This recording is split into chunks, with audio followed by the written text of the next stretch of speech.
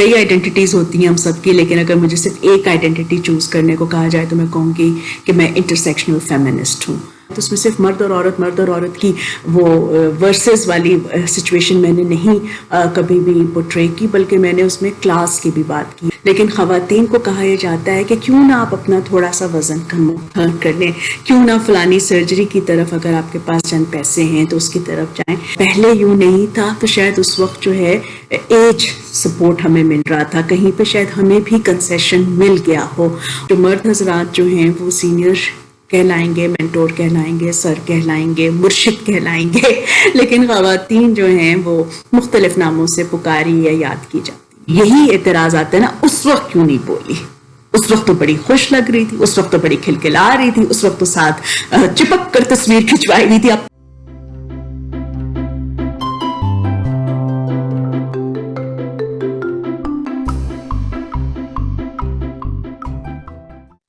السلام علیکم ناظرین، پروگرام بات سے بات میں بلال نقیب کی جانب سے آپ سب کو خوش آمدید. ہمارا آج کا موضوع ہے ملازمت پیشہ خواتین کے ساتھ عمر کے اعتبار سے ہونے والے صنفی امتیازات، اور ہمارے ساتھ شریک گفتگو ہیں محترمہ رخشندہ پروین صاحبہ.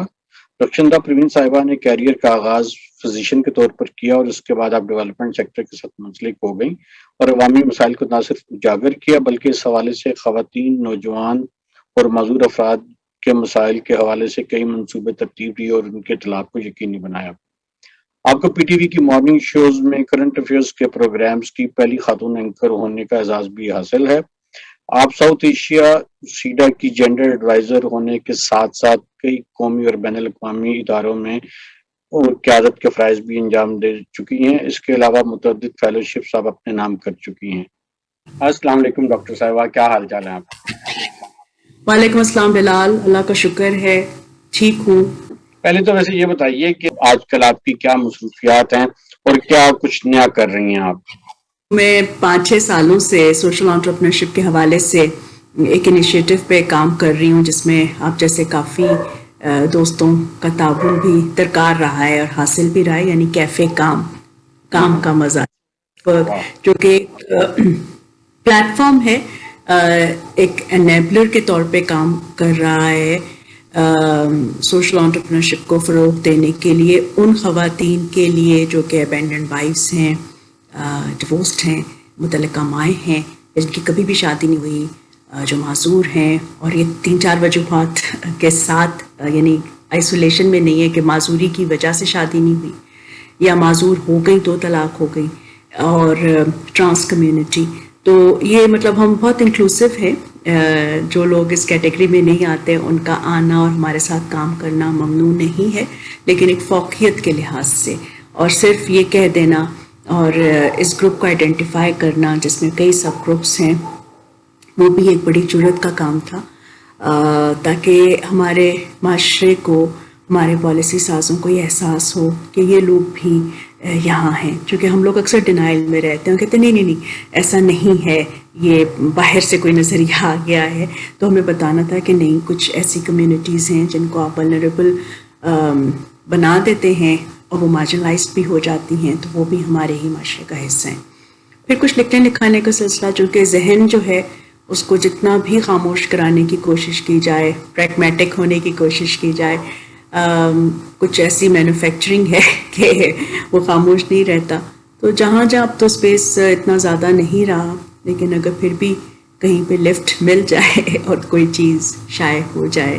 اچھا، موضوع کے حوالے سے گفتگو کا آغاز کرتے ہیں. صنفی امتیازات کے حوالے سے تو بہت بات ہوتی ہے اور لوگ اب اس سے کافی حد تک آگاہ بھی ہیں، لیکن جو ایجزم کے ساتھ جڑا ہوا صنفی امتیاز ہے، تو اس پہ پہلے آپ یہ بتائیے کہ یہ ایجزم کا کانسیپٹ کیا ہے اور اس کا صنفی امتیازات سے کیا تعلق ہے؟ پہلے تو مجھے بہت خوشی ہوئی ہے تب اور سکون بھی ملا ہے کہ اگر صنفی امتیازات سے آگے ہی جو ہے وہ پاپولر ہو گئی ہے، چونکہ ایجزم کی جو بات ہے وہ بھی صنفی امتیاز کی ایک مینیفیسٹیشن ہے. کیونکہ جب ہم صنفی امتیاز کہتے ہیں تو لگتا ہے مرد اور عورت یا کوئی بھی دوسری جینڈر آئیڈینٹی ہے، تو ان کے درمیان یا مابین جو ہے جو فرق آ رہا ہے، عدم مساوات ہے اور تعصبات ہیں. لیکن اس میں یہ بھی اب دیکھا گیا، جس طرح میں اپنے آپ کو بطور کئی آئیڈینٹیٹیز ہوتی ہیں ہم سب کی، لیکن اگر مجھے صرف ایک آئیڈینٹی چوز کرنے کو کہا جائے تو میں کہوں گی کہ میں انٹرسیکشنل فیمنسٹ ہوں. یعنی آپ اس میں کئی اور جو ہیں فیکٹرز دیکھتے ہیں، صرف صنف کا وہ فرق نہیں رہتا، اس میں آپ کی دوسری آئیڈینٹیٹیز بھی آتی ہیں اور ایج بھی ان میں سے ایک ہے. اور اگر آپ کو آپ کی عمر کی وجہ سے، آپ کی جو ماہ و سال گزرے ہیں اس کی وجہ سے آپ کو کہیں پہ ڈسکریمنیٹ کیا جائے، آپ کے ساتھ امتیازی سلوک کیا جائے، خاص طور پہ کام کے حوالے سے، ملازمت کے حوالے سے، شارٹ لسٹنگ کے حوالے سے، اس میں جو جتنے مراحل ہیں، اسکالرشپس ہیں، فیلوشپس ہیں، مختلف اپرچونٹیز جو ہیں، تو اس کو ایجزم کہتے ہیں. اور اس میں بڑی عمر کا تعلق ہے، یعنی ایج جب آپ کرتے ہیں، ورنہ وہ نوعمری کی بھی مختلف جو ہے مشکلات ہوتی ہیں، اور اس کا شکار کوئی بھی انسان ہو سکتا ہے. لیکن ہمیشہ کی طرح جس طرح burden of disease, burden of honour عورتوں کے لیے، خواتین کے لیے، لڑکیوں کے لیے زیادہ ہے، اسی طرح ایجزم کا بھی جو شکار ہیں، اس کے جو منفی، یہ ہے ہی ایک منفی چیز، ایک رویہ، ایک تو اس کا بھی زیادہ جو شکار ہیں وہ پوری دنیا میں عورتیں ہو رہی ہیں. اور پوری دنیا میں ہم بھی ہیں، آپ بھی ہیں، ہمارا ملک بھی ہے.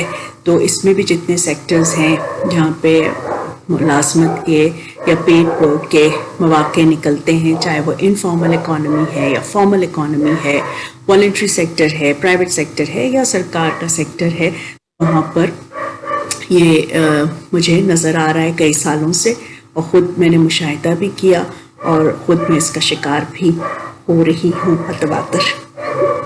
یہ عمومی طور پہ دیکھا گیا ہے کہ اس طرح کے جب مسائل ہوتے ہیں تو فوراً کوئی پالیسی مرتب کر لی جاتی ہیں اور ان کو نافذ کیا جاتا ہے. تو کیا آپ سمجھتی ہیں کہ گورنمنٹ کے ڈپارٹمنٹس میں اور سول سوسائٹی آرگنائزیشنز یا پرائیویٹ سیکٹر میں اس حوالے سے پالیسیز اب مرتب ہو رہی ہیں اور اس کو کسی حد تک اس ایشو کو ایڈریس کرنے کی کوئی کوشش ہو رہی ہے؟ دیکھیے، پالیسی اچھی یا بری وہ تو بات کی بات ہے. پہلے اگر کسی ایشو کو آئیڈینٹیفائی ہی نہیں کیا گیا، ٹھیک ہے، اس کو دیکھا ہی نہیں گیا، پھر اس کو سمجھا ہی نہیں گیا، اور اس کے بعد ایک ڈینائل کا مرحلہ آتا ہے کہ بہت کچھ نظر آ رہا ہوتا ہے، سب جان رہے ہوتے ہیں، لیکن ماننا کوئی نہیں چاہتا. تو آپ خود دیکھیں کہ خود صنف کے حوالے سے بہت ساری انیکویلٹیز جو تھیں وہ کتنی کامن تھیں، اور کتنے سارے بیریئرز جو ہیں ہم نے ایک معاشرے کی حیثیت سے، ایک ملک و قوم کی حیثیت سے طے کیے ہیں. ایک وقت تھا کہ کئی طرح کی ملازمتوں میں عورتوں کا داخلہ ممنوع تھا. بہت سال پہلے سول سروس میں، فورن آفس میں اور خواتین نہیں جا سکتی تھیں، یا معذور افراد جو ہیں وہ سول سروس کے مقابلے میں جو ہے مقابلے میں یعنی ان کی جو انٹری تھی وہ ممنوع تھی. اور بھی کئی ایسے جو ہیں بیریئرز رہے.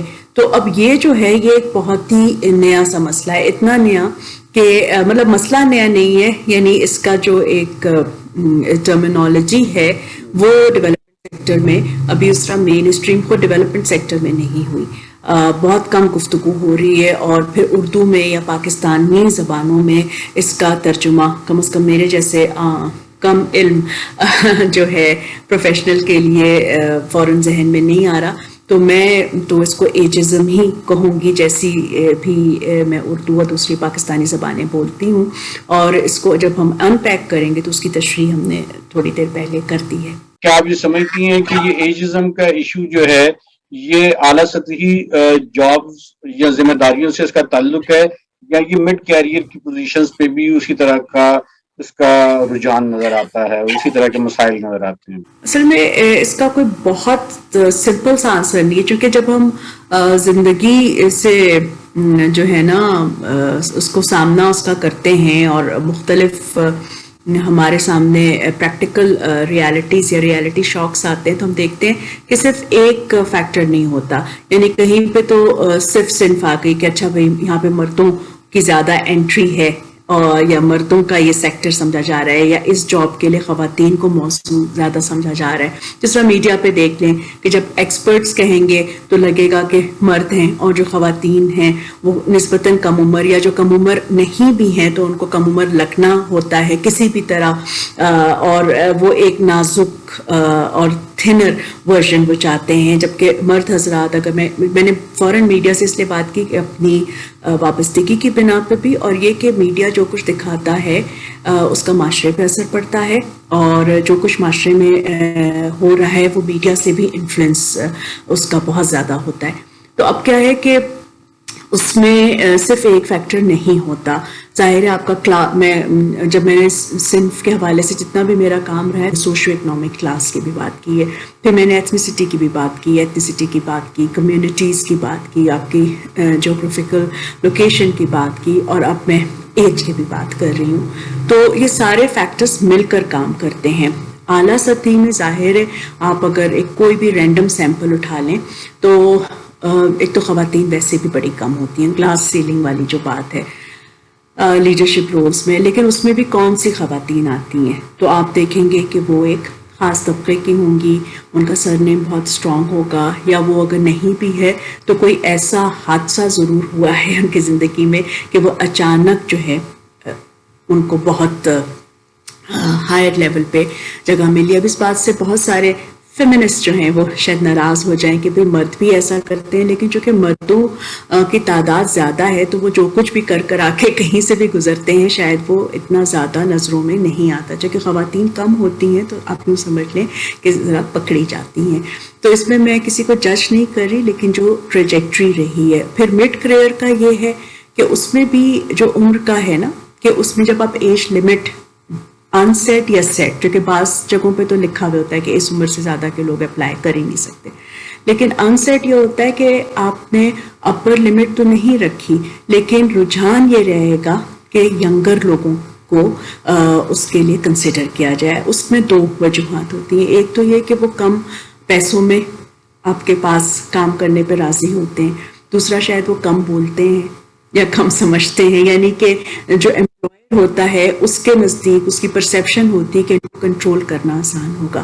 پھر جو میں نے شروع میں میڈیا کی بات کی کہ ہم آپٹکس پہ بہت زیادہ جاتے ہیں اور ہماری آنکھ جو ہے وہ بھی کیمرے کی طرح ظالم ہو چکی ہے کہ ہمیں لگتا ہے کہ جو دیکھنے میں بھلا لگے.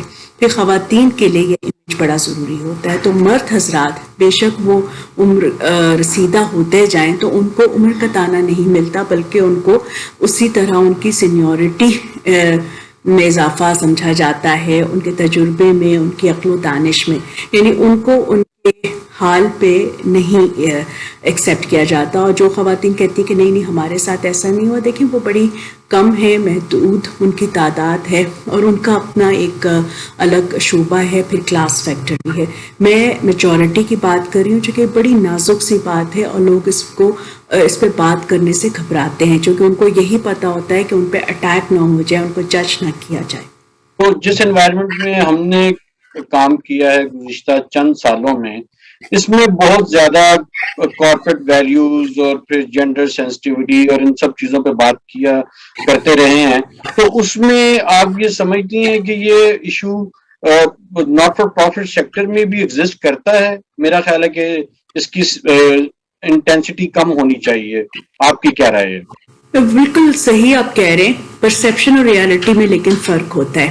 کیونکہ ہماری جنریشن جو ہے ہم سرکاری ملازمتوں میں نہیں جا سکے یا نہیں کھپ سکے یا جگہ ہی نہیں تھی اس کے, اپنے آپ کو پتہ ہے کہ پولیٹیکل پوسٹنگز ہیں یا ملازمتوں کا کوٹا ہوتا ہے یا وہ کوٹا بھی کم پڑ جاتا ہے اور لوگ زیادہ ہوتے ہیں, تو پرائیویٹ سیکٹر ہمارے لیے ایک اچھا امکان ہوتا ہے. اور اس میں بھی جو ناٹ فار پروفٹ ہے والنٹری سیکٹر, جس کو اکثر این جی او کے ساتھ ہی ایکویٹ کیا جاتا ہے یا سول سوسائٹی کو صرف این جی او تک ہی محدود رکھا جاتا ہے, تو اس میں بہت سارے بہت سارے تو ایسے تھے جنہوں نے بائی چوائس اس کو اڈاپٹ کیا یا ان کا پیشن تھا, اور بعض انڈر کمپلشن آئے لیکن پھر وہ ادھر کے ہی ہو گئے. تو اس میں بظاہر تو یہ لگا تھا کہ نہیں بہت انکلوسیوٹی ہے اور ایسی کوئی بات نہیں, ڈائیورسٹی ہے.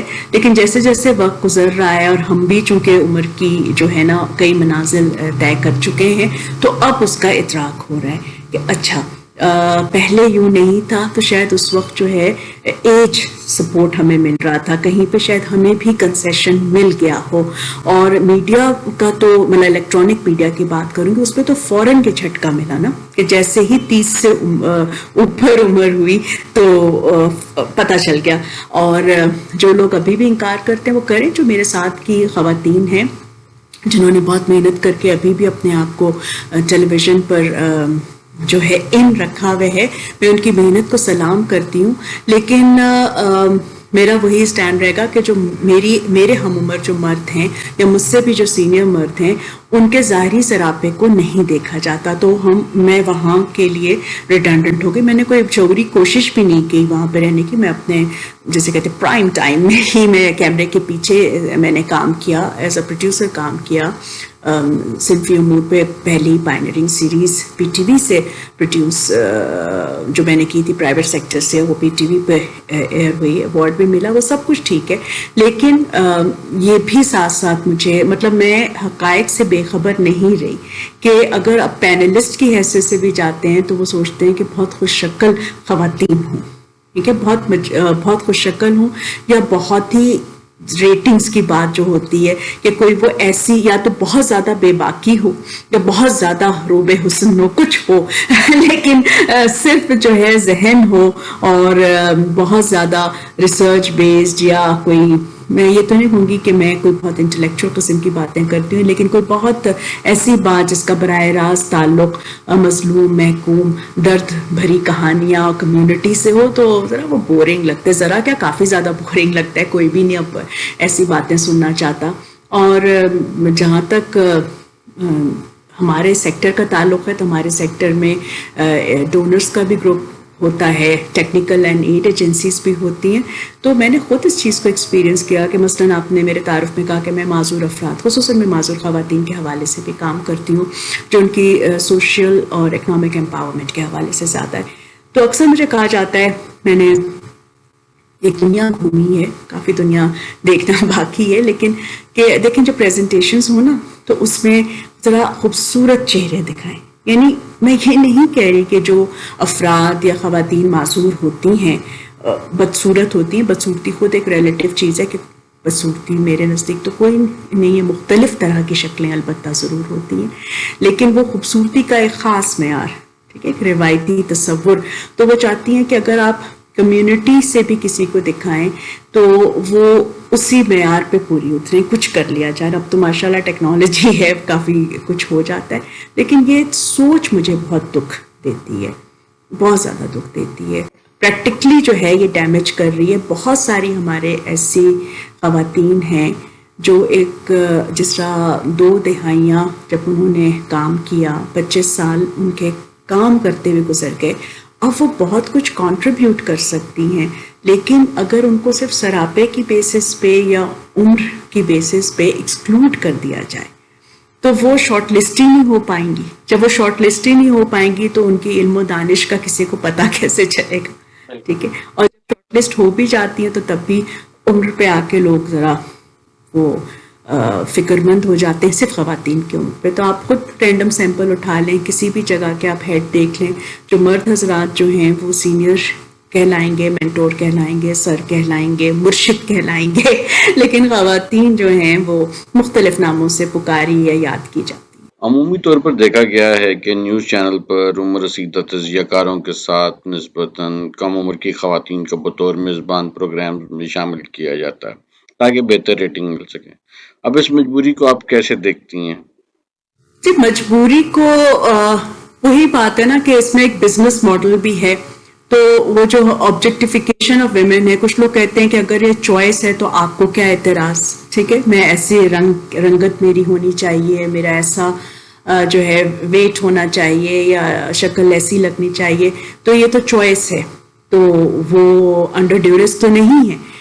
لیکن بعض دفعہ میں یہ سوچتی ہوں کہ ہمیں اس پروگرام کا موضوع یہ نہیں کہ ہمیں کنسینٹ کو بھی بہت اچھی طرح سمجھنا ہوگا. ایک تو وہ ہوتا ہے کہ آپ کو مجبور کر دیا جائے, وہ مجبوری نظر آ رہی ہوتی ہے, لیکن ایک کنسینٹ یہ ہوتا ہے کہ بظاہر آپ اپنی کہتے ہیں نا خواہش سے, اپنی مرضی سے ہوتے ہیں, لیکن پاور ڈائنامکس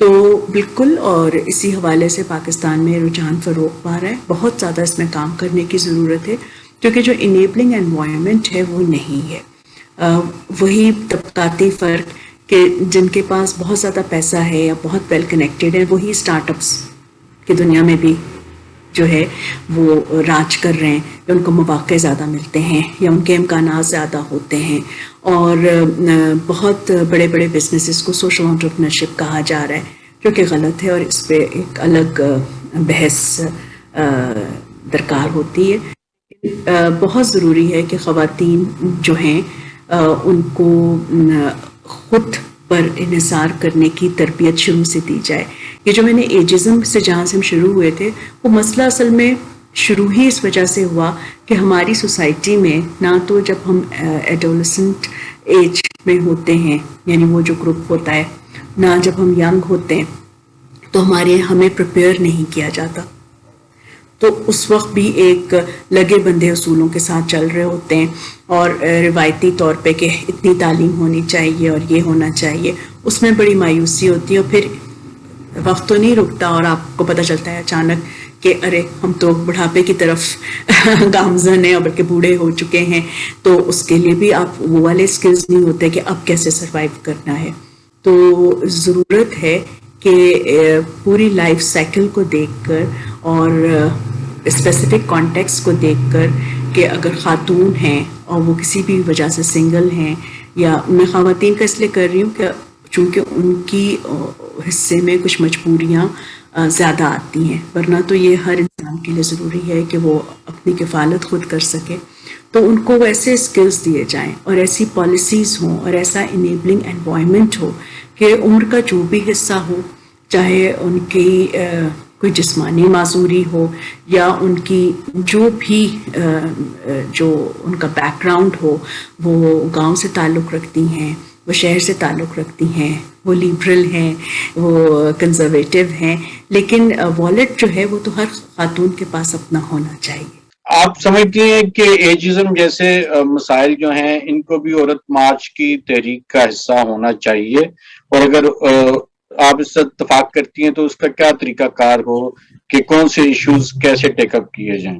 ایجزم ہے، ڈاوری وائلنس ہے، ابینڈنڈ وائفز ہیں، ٹرانس ویمن ہیں، بہت سارے مطلب سارے مسائل جو ہیں جن کا تعلق ہمارے سماج سے ہے، ہمارے سماج میں بسنے والے لوگوں سے ہے، اور خاص طور پہ لڑکیوں اور خواتین سے ہے، اور ان سب کو جو ہے شامل ہونا چاہیے کسی بھی ایسی تحریک میں جو یہ کلیم کرے، یا کسی بھی ایسی مہم میں جو یہ کلیم کرے کہ وہ عورتوں کے، لڑکیوں کے، بچیوں کے، پسماندہ طبقوں کے، مظلوموں کے حقوق کے لیے، ان کی خود مختاری کے لیے آواز اٹھا رہی ہے. تو اور ویسے بھی اگر ہم ڈیولپمنٹ سیکٹر کی بات کریں، جس کا ہم نے کئی دفعہ تذکرہ کیا، تو جو ہمارے سسٹینیبل ڈیولپمنٹ گولز ہیں، تو اس کے وہ کیا ہے، اس کی جو ویژن ہے کہ لیو نو ون بیہائنڈ. انکلوزیوٹی کی بات ہم کر رہے ہیں نا، اور جو سب سے دور ہے، جو سب سے زیادہ مجبور ہے، اس کے پاس سب سے پہلے پہنچا جائے. 2 سوال میں اپنے ہر مہمان سے پوچھتا ہوں، آپ سے بھی پوچھوں گا. پہلا سوال تو یہ ہے کہ بتائیں کہ کون سی کتاب آج کل زیر مطالعہ ہے آپ کے، اور آپ ہمارے ناظرین کو کون سی کتاب تجویز کریں گے؟ جو کتابیں میں ہمیشہ پڑھتی ہوں، بار بار پڑھتی ہوں، اور سمجھ ویسے ابھی بھی نہیں آ رہی، وہ میں آپ کو دکھانا چاہوں گی کہ یہ جو ہے نا، یہ میرے پاس رہتا ہے، یہ پاکٹ سائز ہے. واہ، یہ رہتا ہے، اور اس کو جتنا اس سے زیادہ جدید شاعر مجھے بھی ملا نہیں. تو غالب جو ہے میں بار بار پڑھتی ہوں، سمجھتی بہت کم ہوں، سمجھ میری بھی اتنی کوئی خاص نہیں ہے، لیکن اس لیے بہت ڈرتے ڈرتے میں بتانا چاہ رہی ہوں کہ رومی جو بہت فیشنیبل ایک موضوع ہے، خاص طور پہ سوشل میڈیا پہ، اس کو بھی ٹرانسلیشنز کے ذریعے، فارسی میری بہت ہی ناقص ہے تو میں پڑھنے کی کوشش کرتی ہوں. تو یہ میں آج کل دیکھ رہی ہوں، ڈاکٹر عزیز علی نجم کی ہے، اور مطلب اس مثنوی کو اس طرح سے پڑھنے کا بھی ایک مزہ ہے. باقی جو ہے کچھ فیمنسٹ لٹریچر بھی پڑھتی ہوں، اور ویسے بھی مختلف جو ادب کی اقسام ہیں، اس میں منٹو کو بار بار پڑھنے کو دل چاہتا ہے. اور خالد حسن کی انگریزی اتنی اچھی تھی تو انگریزی بھی اس سے کیا کہتے ہیں امپروو ہو جائے گی. تو یہ کتاب جو ہے یہ میں کوئی 20 سال کے بعد جو ہے نا دوبارہ پڑھ رہی ہوں. منٹو جو یہ ترجمہ خالد حسن نے کیا تھا ویٹ آفٹرنون, تو بہت مزہ ہے. باقی سلویا پلیتھ اس کو پڑھتی ہوں کبھی کبھی. آپ نے کافی ٹریول کیا ہے پاکستان میں اور باہر کئی ممالک میں آپ کو جانے کا اتفاق ہوا, تو آپ کو کون سی جگہ سب سے زیادہ پسند آئی جہاں پہ آپ کا ٹریول کرنے کا بار بار دل کرتا ہے, اور اگر موقع ملے تو سکونت بھی اختیار کریں گی آپ وہاں پہ؟ دیکھیں ٹریول تو میں نے بہت ساری جگہوں پہ کیا, جہاں جہاں سے پڑھا ان جگہوں کے لیے بہت احترام ہے, اور اتفاق سے بڑی خوبصورت جگہوں سے میں نے تعلیم حاصل کی. بنیادی تعلیم تو پاکستان میں ہی حاصل کی, مثلاً ایمسٹرڈیم بہت اچھا لگا. میں جرمنی میں کچھ آگہی حاصل کرنے کی کوشش کی, تو ان کے جن حصوں میں رہی وہ بہت خوبصورت لگے, بڑے تاریخی حوالوں سے بھی وہ بہت اہم تھے. اس کے علاوہ یو کے میں کیمبرج یونیورسٹی تک جانے کا اتفاق ہو گیا, تو وہ بڑا اچھا لگا. میں نے اپنی انٹرنشپ جو ہے وہ جنیوا میں کی تھی, تو وہ بھی مجھے بڑا اچھا لگا, بڑا خوبصورت شہر ہے. امریکہ جو ہے وہ جانا ہوا مختلف حوالوں سے, تو اس کے جو حصے دیکھے وہ بھی بڑے اچھے ہیں. خاص طور پہ جو سوشل انٹرپرینورشپ کے حوالے سے مجھے امریکہ بہت ہی اٹریکٹ کرتا ہے. پھر جو فریڈم کا تصور ہے, یہ میں کچھ سال پہلے کی بات کر رہی ہوں, وہ مجھے بڑا اٹریکٹ کرتا ہے. لیکن ایک روایتی سی بات لگے گی کہ اپنے ملک سے زیادہ خوبصورت یا جسے کہتے ہیں نا کہ جو کمفرٹ لیول ہے جو میرا اس کے ساتھ اسٹیبلش ہے, وہ مجھے کوئی اور ملک نہیں. تو سکونت تو کبھی نہیں سوچا کہ کہیں اور اختیار کروں. ہاں, اور بار بار ٹریول کرنا, یہ آپ نے بڑی اچھی بات کی.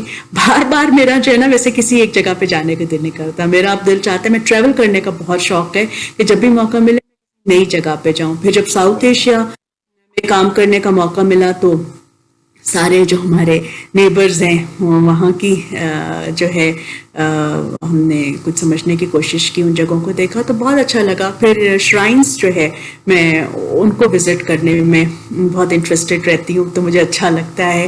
اور اس کے علاوہ جو مذہبی مقامات ہوتے ہیں کسی بھی مذہب کے, میں ضرور وہاں پہ اگر موقع ملے تو میں جاتی ہوں. اور چونکہ میں سمجھتی ہوں کہ ہمارے پاس ایک ہی دنیا ہے اور ہم سب کو ایک ہی اللہ نے بنایا ہے, تو ہارمونی بہت ضروری ہے.